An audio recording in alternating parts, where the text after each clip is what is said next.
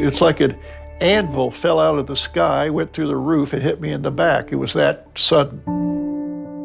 What I remember was I was laid in bed thinking I maybe had a cold or something, and I felt this horrible pain around my middle, just out of nowhere. Over an hour and a half, I became weaker and weaker and weaker, and I fell on the ground. And that's when I really, panicked. I called a doctor. He said, call the emergency people, the EMT people. When I got in front of our house, he was being wheeled out, and it was just a shock.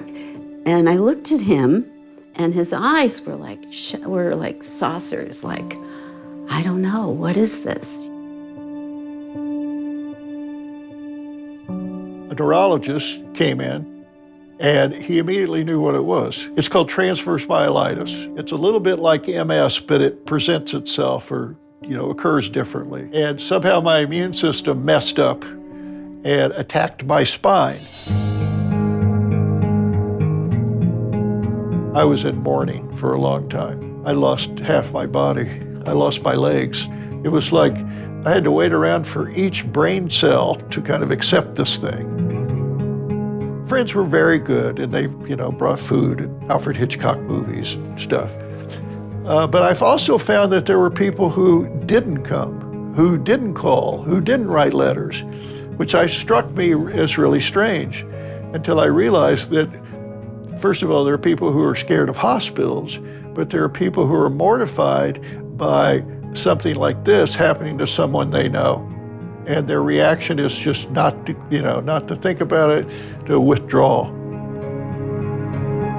Anne-Marie and I had some tough times because this was such a shock.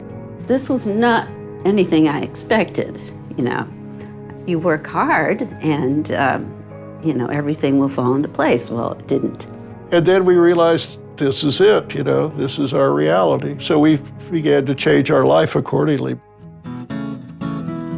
We had such laughs over it. I actually think humor is what kept us together. There's a lot of dark humor that comes with, dark events.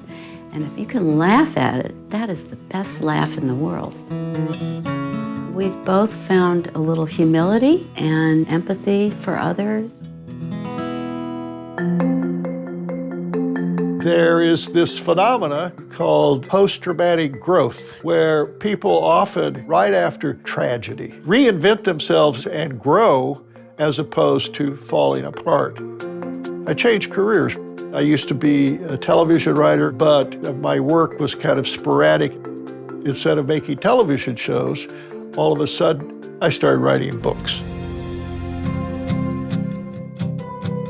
People would see me in this situation and they'd go, oh my God, if that happened to me, I'd lose any interest in life. I'd crawl up in my bed and stay there. The truth is, you have a lot more grit than you think you do. Option B is to realize you're reinventing yourself, and there's no rule book, there's no guide. It's going back to life.